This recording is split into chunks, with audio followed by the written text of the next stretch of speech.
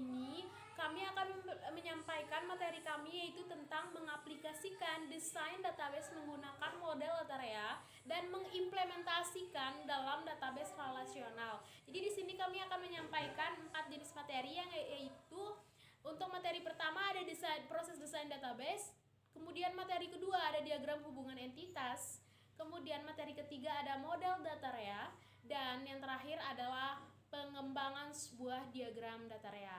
Dan untuk materi pertama yang akan disampaikan oleh saya sendiri, yaitu proses desain database.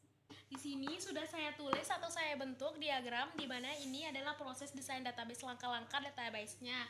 Di sini ada analisis sistem, kemudian ada desain konseptual, kemudian ada desain fisik, kemudian implementasi dan konversi, kemudian operasi dan pemeliharaan.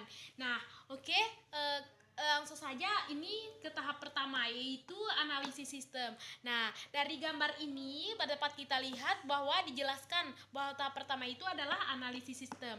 Nah, dalam tahap ini analisis sistem itu dia gunanya itu untuk kebutuhan para pengguna atau user.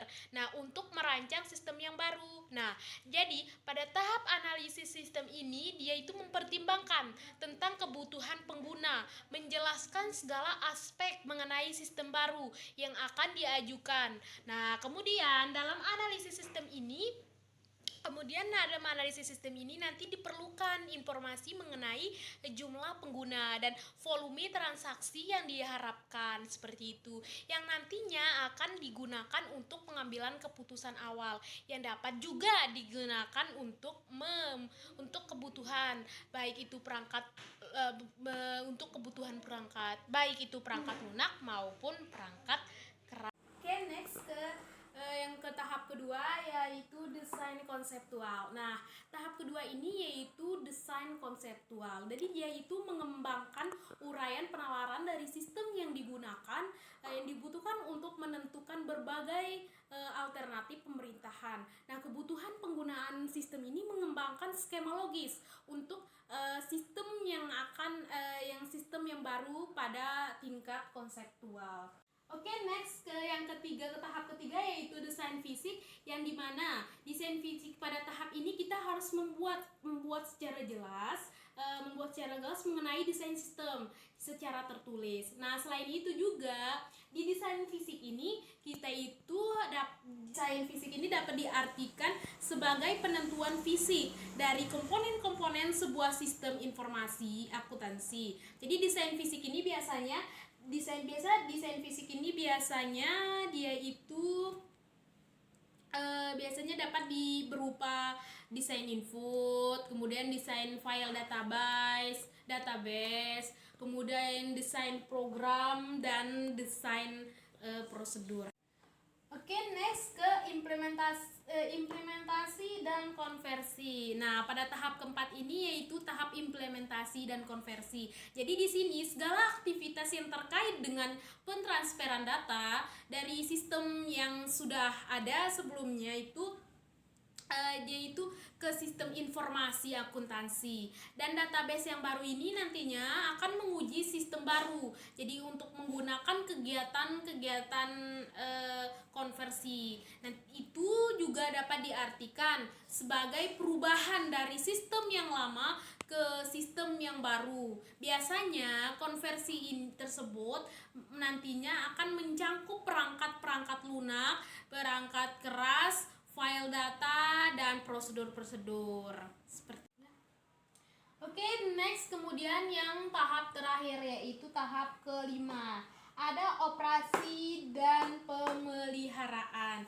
Jadi tahap kelima itu operasi dan pemeliharaan itu dia salah satu cara pengembangan sistem yang ditetapkan, dan kerja harus melakukan evaluasi. Nah, selain itu kita juga harus melakukan pengamanan atau pengawasan terhadap kinerja sistem dan kepuasan pengguna.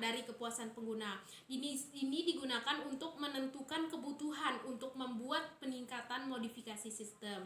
Nah, pada tahap ini juga para akuntan nantinya akan diharapkan agar dapat berpartisipasi dalam proses desain database tersebut. Nah, yang dimana para akuntan nanti dapat membantu dalam nanti akan dapat membantu dalam evaluasian. Jadi proyeknya itu nanti dan mengidentifikasi kebutuhan informasi para penggunanya. Jadi selain itu para akuntan juga nantinya akan dibutuhkan untuk menguji ketepatan database yang baru sehubungan dengan itu. Para akuntan juga harus banyak yang menjadi pengguna reguler dari database. Bahkan mereka juga memiliki tanggung jawab atas manajemennya yang dikarenakan mereka juga sering berpartisipasi seperti itu. Baik, di sini saya akan menjelaskan tentang diagram hubungan entitas. Nah, menurut Ramney dan Steinberg, diagram hubungan entitas adalah sebuah teknik grafis untuk menggambarkan sebuah skema database. Nah, sedangkan menurut Wheeler and Bentley, diagram hubungan entitas adalah sebuah diagram yang menggambarkan data dalam bentuk entitas-entitas beserta hubungan yang terbentuk dalam data tersebut. Untuk definisi dari entitas itu sendiri, yaitu segala sesuatu yang dapat digambarkan oleh data yang memiliki hubungan antar segmen data mengenai peristiwa bisnis. Sebagai contoh, penjualan ke pelanggan dan pengiriman dari pemasok. Nah, di sini saya akan memperlihatkan diagram hubungan entitasnya. Di sini ada pemasok, memasok, barang, disimpan, dan lokasi.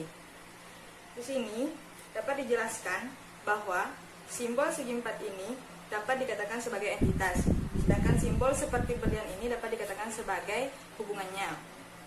Nah, sedangkan anak panah yang disertakan angka 1 ini menunjukkan hubungan 1, sedangkan huruf M ini menunjukkan hubungan banyak. Nah, di sini dapat dijelaskan bahwa setiap pemasok dapat memasok berbagai jenis barang, dan berbagai jenis barang dapat disimpan di berbagai lokasi. Assalamualaikum warahmatullahi wabarakatuh. Di sini saya akan mempresentasikan tentang model data REA atau REA. Nah, model data REA ini atau REA data model adalah sebuah model data yang digunakan untuk mendesain database SIA atau sistem informasi akuntansi. Ia mengandung informasi mengenai 3 jenis entitas yang fundamental seperti sumber daya, peristiwa, dan agen. 3 jenis dasar entitas ini, yang pertama ada sumber daya atau resource. Nah, hal-hal yang memiliki nilai ekonomis untuk organisasi seperti kas, persediaan, perlengkapan, pabrik, dan tanah. Nah, peristiwa atau event. Peristiwa atau event ini merupakan aktivitas bisnis yang mengenai apa yang manajemen ingin kumpulkan informasi untuk perencanaan atau tujuan pengendalian. Nah, ada agen. Agen di sini orang dan organisasi yang berpartisipasi dalam peristiwa dan mengenai siapa informasi yang diperlukan. Nah, berikut adalah ada elemen-elemen dasar dari sebuah diagram REA. Itu misalnya kalau diagramnya itu harus digambarkan. Nah, mungkin nanti bisa di-share ke grup untuk diagram dari model REA ini. Terima kasih. Wassalamualaikum warahmatullahi wabarakatuh.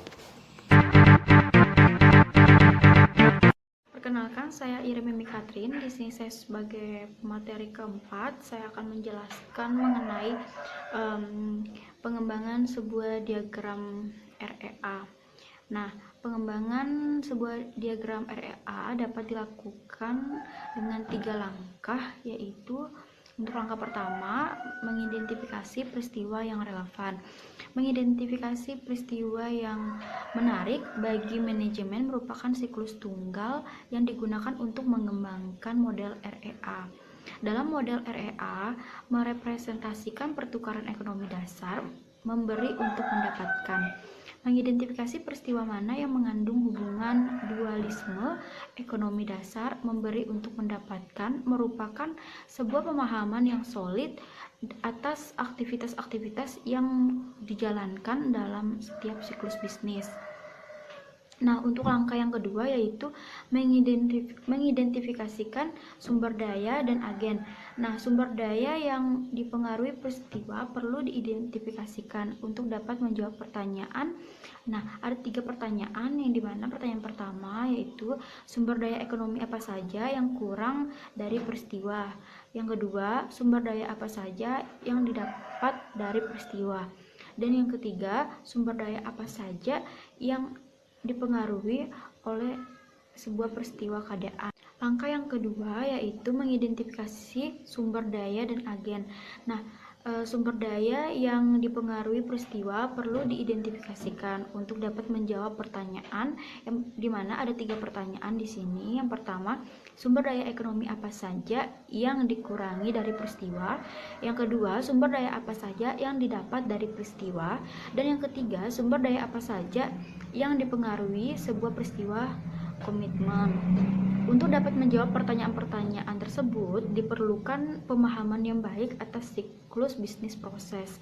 Nah, untuk dapat mengidentifikasikan sumber daya yang terkait dalam peristiwa, perlu juga untuk mengidentifikasikan agen yang terlibat. Setidaknya akan selalu ada satu agen internal dan dalam beberapa kasus, seorang agen eksternal yang berpartisipasi dalam setiap peristiwa.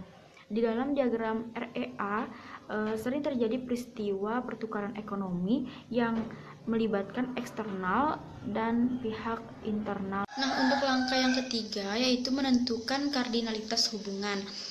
Dengan diagram REA sering mempresentasikan sebuah set pada tiap-tiap entitas, seperti bagian atau set penjualan mempresentasikan transaksi penjualan.